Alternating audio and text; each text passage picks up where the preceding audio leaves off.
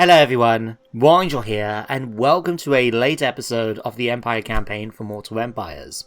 Now this episode should have come out yesterday, but to be honest, I just wasn't feeling it, and again, rather than make a subpar video, I'd rather skip a day, but I thought, for some reason, it happens a lot on Thursdays. Don't know why. But I thought since I got today off, I'm going to make the video today instead. So we've got a double bill of sorts with Shenzhen coming out later. But, as a recap of what happened last time, because it has been a few days. Last time, we managed to complete the quest chain for the Silver Seal, chasing down the Vampiress and defeating her in battle, and taking it back.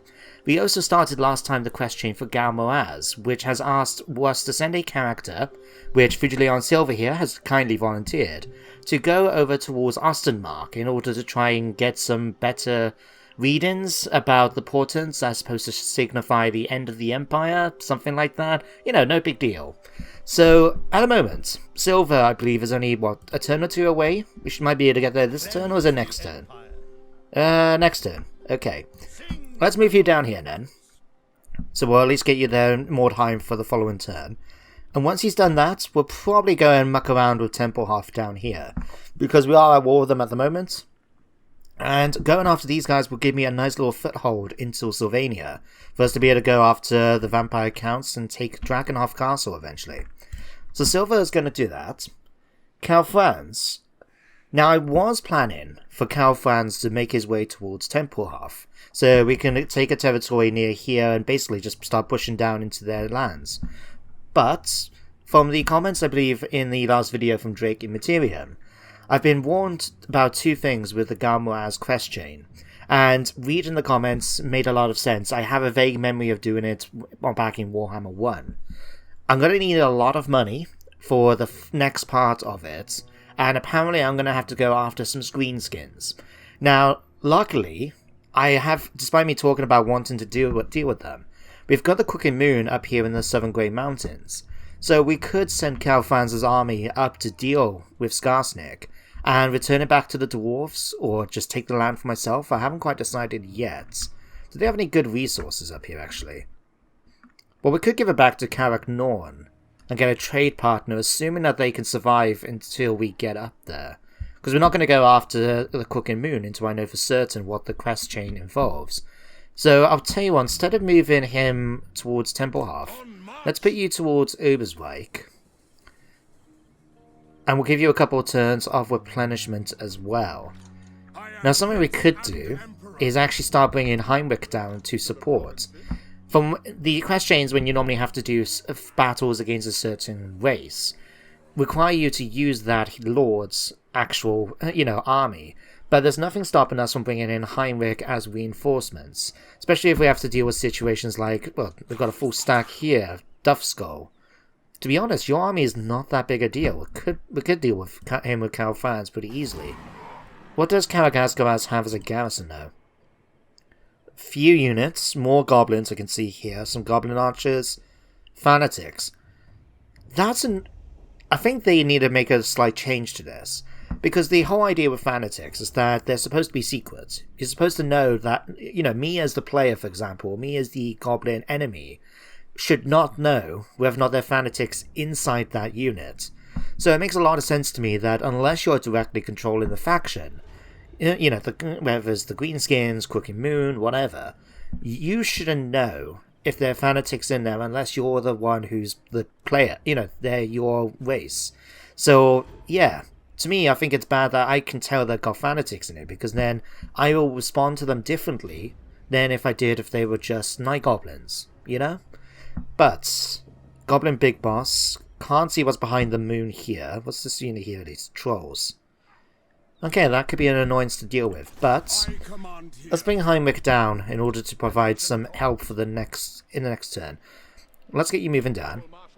And we might as well spend, I don't know, how much money do I need? I was going to recruit him a few units.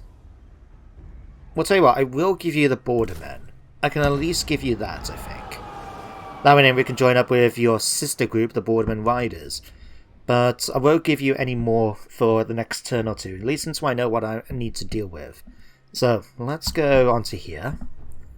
Who needs the upgrade? Victor Wolfsaber. Right. I spy on my beady eye. Something that needs to be killed. Love it. In that case, I'm actually going to give you Stalker, because that campaign line of sight is going to be pretty useful. Especially at the moment, when you consider that the Fog of War has been brought back in quite a big way, especially on higher difficulties. So we'll give you that, and I'm going to give you Fleet-Footed.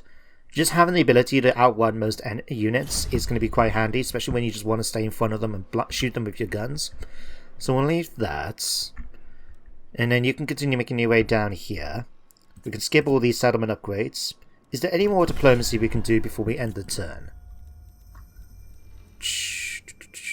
Right. Do we have... Oh, that's something. If we are going to go up against Templehearth, the most direct way is to go through Stirland. Now, do we have... Yes, we do have military access with Stirland. Okay, that's good. That's fine. Which is a little bit concerned in case, you know, we're going to have to start riling them up against us and reducing our diplomacy score because we're trespassing. But that's okay. Yes? Arsland... We don't have any plans for you to go up to Arslan, although... Zufbar. So what, Zufbar, you are willing for that. See if we can get a little bit of money out of you for it. Don't think so. Oh, you cheapskates. To be fair, they have got pretty weak economy, so I'm not going to blame them too much. There we go. That's better. Alright, we've got the Lower North Forest, we've got Artois, Kislev. Anyone else willing to trade? Carrick Ziflin. I'll tell you what, Carrick Ziflin and Carrick Norn, are either you willing to at least give me non-aggression? Carrick Norn in particular. There we go. There we go. And while we've got the end turn phase, there's actually two things I'm going to bring up. One, just as a reminder, if you haven't checked it out yet, on Wednesday was the final episode of the Cabal Let's Play, which I have to admit was a little anticlimactic in some ways, simply because of, I was a bit disappointed with the situation at Itza, where we went in and there was a very light garrison of Tomb Kings there, of all things. It was quite surprising. I thought that Itza was actually around at that point, but it looks like the Court of Labaris really did a number on a lot of the factions down in Lustria. It was very surprising to see. But that was a bit anticlimactic, but the battle at the Galleon's Graveyard was worth it. It was actually a fairly close fight in my opinion, but it was great to see Lelouch Hagworth, our Chaos Lord and follower of Khorne, just go to town on the enemies, because he managed to get the upgraded version of the Sword of Cain as well. He was doing, what was it, over 1,300 damage in melee? So he went up against a Watan Necrofex and killed it within a few, like that, basically. And by himself, he was able to hold out against a lot of the enemy and pin them in position and just do a lot of casualties. My foolish thing is that I forgot that I try to move some of my units out of combat, which often means that they can just get smacked upon them because they're not retaliating. So that's something I need to remember for the future, especially when we're using big flying monsters like Deathclaw, for example, here in the Empire, because you need to have that bit of extra room for them to fly off. Should have got into practice with that, thinking about it with the Batonians, which are just on the screen right now, funny enough. But in itself, I actually really enjoyed the Chaos campaign. I know some people aren't big fans of it, but I really did enjoy it. I like having the thematic armies, thanks to the overwhelming Chaos mods. We had armies dedicated to each of the Chaos gods. That was pretty cool. And this is actually pretty cool. Great strides been made, blah blah blah. The elector counts of Talabekland, Helmut Feuerbach, has offered confederation. Landlocked by other imperial states, the home of the Talabeklanders is vast, with the resource-rich Great Forest being its most prominent area. However, its capital Talabheim is home to the Knights of the Blazing Sun, fearsome Templars who worship Mimidia, the classical goddess of war. Do we have them join us? The thing is, I do want to confederate with them, but I don't think I want to do it now. So I'm actually going to offer them independence, right? Because this is my sort of plan, right? And don't worry, I will go back to talking about Chaos shortly, but basically it's just I enjoyed the campaign, and I look forward to trying to do some more Horde ones. Like, I do want to try and do a campaign on the channel for each of the Warhammer races. So we've done Batonia, we're doing the Empire now, we've done the Tomb Kings, and Lizardmen. So unless something really big comes out for one of those, I may not come back to those necessarily. But I don't know, like, I do have plans for this part of the Empire in the future, but not right now. But here's the thing, we've got the River Reich, or the River Talabek, I should say, here, which comes down to the River Reich here. What I'm thinking is actually to confederate eventually with Talabekland, Stirland, Averland, take Sylvania, Visserland, Solent, maybe Ostermark. I'm not too sure as to that yet. But I would like to try and confederate with as many of these down here as possible. Now if we go for Talabekland, that does give me a nice big slot here. But it also leaves me with a very vast bit of land, which is going to be fairly unsupported over on this side. So I don't know, I'd rather just go for the smaller provinces down here first. Get those under my control, and then be able to take Talabekland eventually if they offer it to me in the future. So that's the plan, anyway. Now let's move Silver into Mordheim. There you are. It is time. Right, and let's see what we need to do next. Okay, we've completed that. We've got an extra bit of gold. Amass a treasury of 10,000. With fresh observations, the Celestial Wizards are closer to a definitive read-in, but their Astro Lab requires certain adjustments and intricate additions in order to perform the calculation. The latter will require rare materials, which will not come cheaply. You can say that again if it costs me bloody 5,000 gold. But we need to now get a treasury of 10,000, and as a result, we'll get the reward of spending 5,000 of it. The things we have to do for Gamwaz, eh? Well, we got 7,739, and we can manage one more turn. So I will leave it, and will not spend anything, although what we're going to do is use now, Silver. I'm going to actually ask you to come down here towards Needlin. You can investigate it next turn. We should have a little bit of cash then. But then we'll be able to see if there's any magical items or anything like that in the ruins before someone comes over and recolonizes it. So we'll leave you there. Karl Franz is getting one more turn of replenishments. Yeah. You guys will be up to full fighting strength by that point. And then, of course, we'll have Heinrich nearby ready to help out as well. Might as well just stick you right here, in fact. Right. So you guys are going to be here. Now, I have realised we've got 2 more units to recruit, but I'm not going to do it right away just because we need that money. So let's just skip through all of this.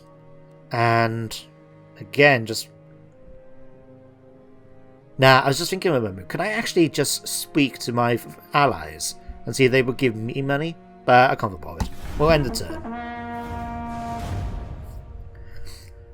But yeah, carrying on with the Chaos campaign, it was just something that I did really enjoy it. And like I said, I do plan to try and do at least one campaign with each of the major races. So High Elves, Dark Elves, and things like that. So speaking of that, tomorrow now, on Saturday, is going to be the start of a new campaign. Now, I've already spoken about it a little bit at this point, and I've already put together a little intro video, outro, thumbnails, and so on. And I have to say, I'm quite looking forward to it. It's not... as a bit of another hint, I've been told that this faction is not exactly the funnest campaign to play with, but I've heard the same about Chaos, and I really enjoyed it. So, I've got plans for tomorrow's campaign, and as a reminder, I am going to be opening it up for people to submit character names, unit names, and so on. So, you'll be able to find a link in the comment section pinned, just like I've done with this campaign, where it will have its own page with the different options, and you can just fill them in and do all the stuff that you need to do in order to play as them. So, I'm looking forward to seeing people's submissions. And I have made a slight addition, which I need to do for this one, after I finish recording, and that is to have it ask people if they want to actually put their YouTube names down. Because at the moment, I'm making guesses about who it may be based on who I know comments a lot. But there's other submissions I'm sure that people have put down, which I have no idea who's offered them. So if you want to have, it would be an option that you can put your YouTube name down, so I can say who exactly has submitted the character. So something for me to remember to do after this. But I'm looking forward to this new campaign, and I hope you guys enjoy when the first episode comes out. Now, something I am tempted to try and do with that, and I can get your feedback once you've seen this video, is I've been watching the Skarsnik campaign from Janet on Occasion, and I've noticed the way he does his turn phases is that he basically removes them. So rather than like me, where I fill it in by talking to you guys, I think it could be a little bit more quicker for the campaign itself, as well as to just remove me having to talk all the time about nothing, necessarily, sometimes. I feel that that's the case anyway. But we could do that by just removing the end turn phases unless something happens. So fair enough, like, for example, I was at war with Midland, and an army of theirs come marching off towards Ordorf. I can keep that in.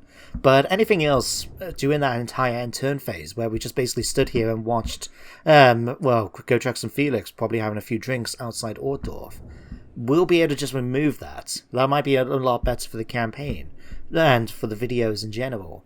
But let me know in the comments, what do you guys think about that? Is that something we should start doing, or at least give a go? Or are you happy with me just talking in the end turn phases? Let me know down in the comments. Anyway, speaking of me talking and carrying on, Barrow Legion have done that. We've now completed that.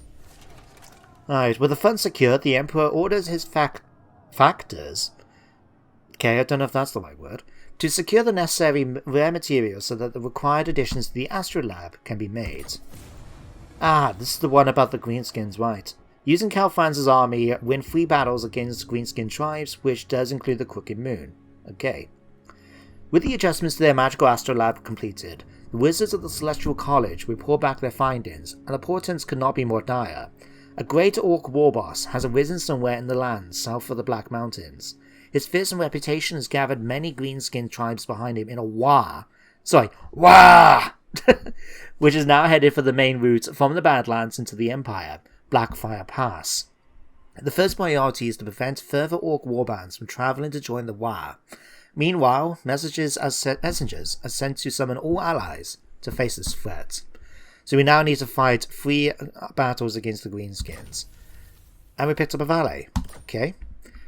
Now, an easy thing to do is we need to have Karl Franz lead the battles, and then we can bring in Heinrich as reinforcements, right? Now, a simple way we could do this, we've got 2 options. We could work our way through the Grey Mountains here, and go after Carrick Norn once we've dealt with Carrick Asgaraz.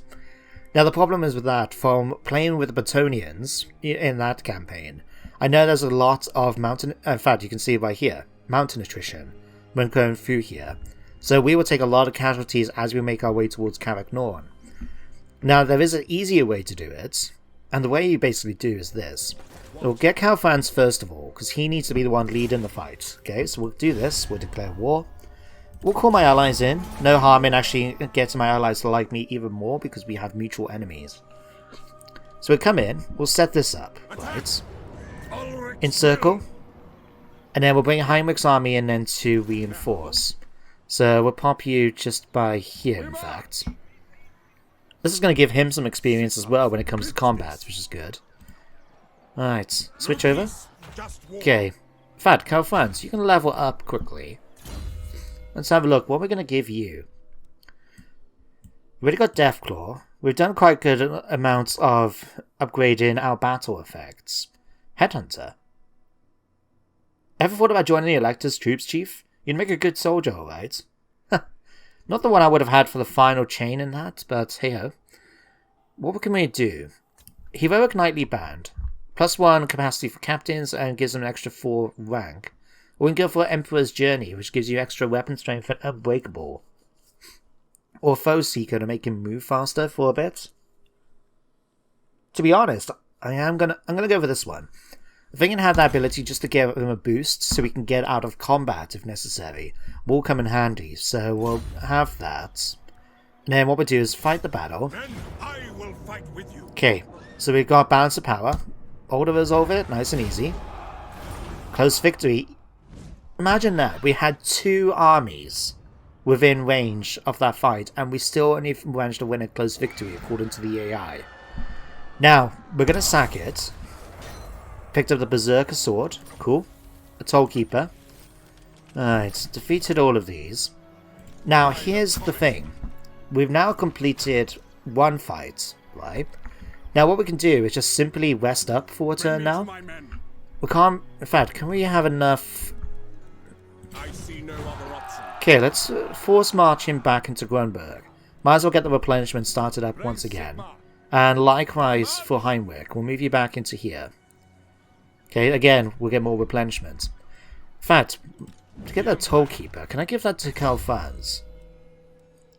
Campaign line of sight, militia units, power reserve. Casualties captured, don't really care too much. Just go for the Tollkeeper instead. Just the ability to get a bit of extra cash is never a bad thing. Alright, Alistair... Luther Huss, you got a Sword of Strife. Can we give you a better weapon? Not yet. Okay. You can see why I was talking about last time, how better Dragon Tooth is in my opinion compared to Beast Slayer. So I was quite happy to give that to Heimweg. Charge bonus... Nah, we'll leave it. Okay. But if we go over to Heimweg's army, Wilhelm here can get a sword, at the very least. Let's give you... Charge bonus, melee attack. Let's give you a sword of battle as well. Okay. Upgrades now. Let's have a look. Fort Burbis, to be honest, we haven't really needed to upgrade the fort, so we will do at some point, but not right now. Instead, let's have a look. Gorsel could do with a bit of an upgrade. Like I was talking about, building the roads here. Because next turn we'll be able to get extra 8% income from all regions in the province. And Marienburg making over 2,866. That's a pretty good deal. That's nearly an extra 200 gold. So we'll go for that. We're also going to upgrade this so we can actually get our hands on walls for the settlement. Now, Ordorf, how many turns? 2 turns left until we can start upgrading that. Okay, let's upgrade barracks then here. And got more than enough trade resources. Let's go for that one. And upgrade this for a bit more cash. Alright. And finally, let's recruit a few more units for you while we're here. So let's have a look. We've got... I was talking about getting another unit of swordsmen, so we'll definitely go for that. Increase the Marienburg's finest. Now, we did actually talk about recruiting a regiment of renown, didn't we? Oh, we picked up a few. The White Wolves, Huntsmen, and the Silver Bullets. Stolen's Revenge. I'm actually going to go for Death Jacks, just to give them a little bit of variety, and these I remember are pretty good. Yeah, got Volley Fire because they're close to the tabletop. Skirmisher, so they can stalk, move hidden in any territory, snipe, and remain hidden. And I got Vanguard Deployment as well. They're going to be a nice little addition, especially with the bonuses to damage and range, thanks to Heinrich here and Victor. So, let's go through now and just upgrade everyone. I'm going to give you a Barded Warhorse eventually. Let's continue and give you Impassioned and Conviction. It suits the character that from the description I've been given in his backstory. So, we'll leave these guys here. Now, the reason why I haven't actually... Oh, I forgot about this. Okay, let's try and do this quick. Right, so 1, 2... Okay, so this is 1, 2. So one of these must be a 2 and the other must be a 4. Right, that's fine. That means 1, 4. So that needs to be a 2. Because we've got that one going there. So that must be a 3. But we don't hang on, we don't have any 3s. Oh no, that's a 3 there already, so there must be a 4. Or a 2. Crap, that really hasn't helped me out much. Let's have a look. Okay, yellow can't be along this one. Right. Okay, so hang on, yellow can't be along this one here, so it has to be... something like red. That means yellow must be here, so it must be a purple one. Now, let's see, if we've got 3 and a 1. Let's try that one. Failed. Ugh. Okay, never mind. Okay. Okay, there we go. Better. So yeah, the reason why, for those of you who might be wondering, why did I just sack Karak Asgaraz and not actually capture it or anything, is that the next turn, Karak Asgaraz will have a garrison back. Now, it won't be a strong garrison at all, but it will still have a garrison, meaning that we will have to fight them in order to, attack the settlement. Then what we can do is just sack it again, leave, and then go after it again in a following turn, and then we'll be able to get the 3 battles. The reason why I'm not exactly, like I said, going after Karak Norn is because of that mountain attrition. That has a lot of damage, and so we took a surprising amount of casualties from that auto resolve, despite the fact the balance bar was quite a bit in our favour. So it was a good idea to actually head back, get that bit of replenishment done, and then we'll be able to check on the situation up there. I'm hoping that Karak Norn will survive, to be honest. I don't really want to keep the mountains, just because it is not ideal climate for the people of the Empire. And so we will be having to deal with by paying more money in order to get, to build buildings. We'll have to deal with growth and replenishments and public order issues the entire time. So I'd rather just keep it to the dwarves, and by giving it back to them and improving our relations with them, we might even be able to get them as a trade partner and a defensive ally to protect ourselves from that approach. Not that I'm worried necessarily about going to war against the Wood Elves or anything like that, but you never know. You never know. In Mortal Empires, exactly what may happen. But we'll wait and see what happens to them. I mean, we can always keep an eye on them, I guess, with a little map here, can we not? Karak Norn. Yeah, damn it. The quick immune of taking Grimhold, see? Right, well, it looks like then we'll have to go after them. But since we got Heinrich here, as long as we finish off that quest chain, I'll be happy. We'll be able to move on then and deal with them properly then, once we finish that quest chain off. Your conquests strike fear into the hearts of your enemies. Okay, we completed 3 of the bonus objectives and we've got 4,000. Thank you. Okay, so what's our next bit? Thank you. Federation of Leonettes, Temple of Dun Intrigue. Apparently we need to be at war with the Leafcutters tribe. We get 500 gold and a plus 10 leadership when fighting against greenskin tribes. That actually works out pretty handy for us, if we're going to be fighting Scarsnake up in the mountains. Okay. Then as Magnus did, so shall we. It was the Magnus of Nold who ended the turbulent times of the 3 emperors by defeating the Chaos Lord Asafar Kol. In the wake of such a victory, the Empire was united. To withstand another such invasion, it must be united again, with even more provinces under the Emperor's rule. So we now need to get Occupy, Loot, Sack, raise 10 different settlements. Okay. Well, hopefully we'll get there by being able to confederate with Solent or Stirland or one of the other ones down here.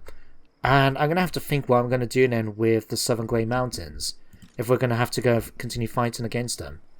So, first of all though, let's just switch back to this. And let's push forward again with Karl Franz after the settlements. So again, pretty easily just to fight this. We'll sack it again. Alright, boosting up his abilities and giving him a potion of speed. Do we have the movements to move you to Ubersbike? Because then you can rest up then quite easily and get a bit more replenishment for the armies. Surprisingly, that's really going to take its time though, isn't it? I suppose they have less men, don't they? Okay, we'll leave that there. Okay, Fugile on Silver. Let's continue. Let's give you a point in Specialist. Let's have you damage buildings. We might as well give him something to do while he's down here. So if we can level you up by going after like Fort Oberstein here. See about going after the Sinister Corpse. Burn it down in the name of Sigmar. Or at least try and burn it down and do some damage to it in the process. Let us forge there we go. Picked up a Bone Picker for more casualties. Not really needed, but the game insists. Alright, just in case. Let's actually... No, yep. I'll leave you one more turn to get full replenishment, and then we'll start moving Heinrich up towards Karak Norn, I think. Might as well use the 2 armies together in order to go against them. So we'll leave that for now. In fact, can we do this? Right. Just to give you a bit more replenishment. Okay, Ordorf. How much is it going to cost to upgrade you? 3,000. Okay, we make it a little bit less than that. So as long as we keep at least a couple of hundred left, we'll be able to start upgrading the city. Let's upgrade that then in this case. Might as well upgrade that. And Marienburg itself. Might as well spend the money, upgrade this, and upgrade that. There we go. Perfect. Unassigned skill points. Karl Franz. Let's give you now Emperor's Journey. Give you that extra weapon strength and make you unbreakable in the process. Luther Huss, we can now give you the Grand Shield of Faith. Hang on, is that much Grand Hagmer? Oh no, it does actually provide... Oh right, it provides a boost to everyone. Battle Prayer, 22% damage resistance for all allies within 40 meters as well. He's really going to improve his abilities on the front line, defending, alongside our troops. Alright, so that one applies just to himself. This one applies to himself and everyone nearby. Definitely going to take it then in that case. And then finally, Alistair. Do I want to improve... Evasion will give me an extra bit of speed. But we are trying to save up in order to give you a horse. Probably in a few turns. To be honest though, we don't really need him to have a barded warhorse. We just need him to have a warhorse so we can actually get away. And to be honest, a warhorse is actually faster. Yeah, we'll give that to you next turn. For the moment... Let's give you... Let's give you Flesh of Stone and give you... so we can have that extra armor. You never know when having that might come in handy. Fugilian Silver, he's got more upgrades. Okay, let's give you 2 of those in Specialists. Let's go in Wound. And... Hand of Replenishment. Let's start working a bit on your own campaign, your battle skills then. And of course we've got those to do. Right.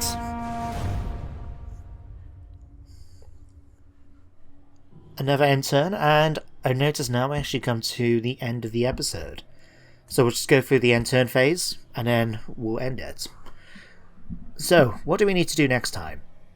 Well, we need to finish off our quest chain for Galmoraz by going after Kamakaz once again with Karl Franz. This time, though, we'll occupy it. I don't know what I'm going to do with the Southern Great Mountains province, but now that we're at war with Skarsnik, I think it makes a lot of sense for us to finish them off, take the land, and then we can do with it as we choose to, we see fit. Maybe I'll give it to the dwarves, because even though Karak Norn has been defeated... Karak Ziflin is nearby, so we could potentially talk to them and secure some trade agreements. Or we could even give it away to the dwarves proper over here.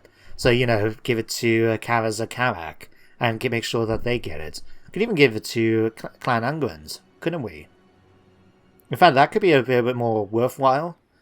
And it could be representative that, Karl Franz knows. He's a wise man. He's obviously got ears everywhere in the world. He gets, it's a good sign of being a politician, that you can keep track of what's going on in the wider world. No doubt, because of the close relationship between humans and dwarves, he's going to know something about Belagar and his sort of quest against Skarsnik. So if we can defeat Skarsnik's land and take his lands, rewarding them to Belagar would probably improve our relationship with him a great deal. Yeah, I'm quite liking that idea. I think that's what we'll do with the territory, rather than try and hold it ourselves. We'll take it first, and then I'll just gift it then to Clan Ungrund. Yeah, that's going to make a lot more sense, I think. But that's for the next episode, anyway, is to finish off that, and then, fingers crossed, we'll actually get to do the final battle as well, in order to unlock Galmoraz. We shall see. Right. Oh, they tried to attack Silver. Well, bad luck, mate. But, that is the end of this episode. So, hope you join me next time for more Warhammer, and I hope you did enjoy the episode despite the fact that we didn't actually have a battle. But I'm looking forward to starting this new campaign tomorrow, and I hope you guys enjoy it too. But otherwise, take care everyone, and goodbye for now.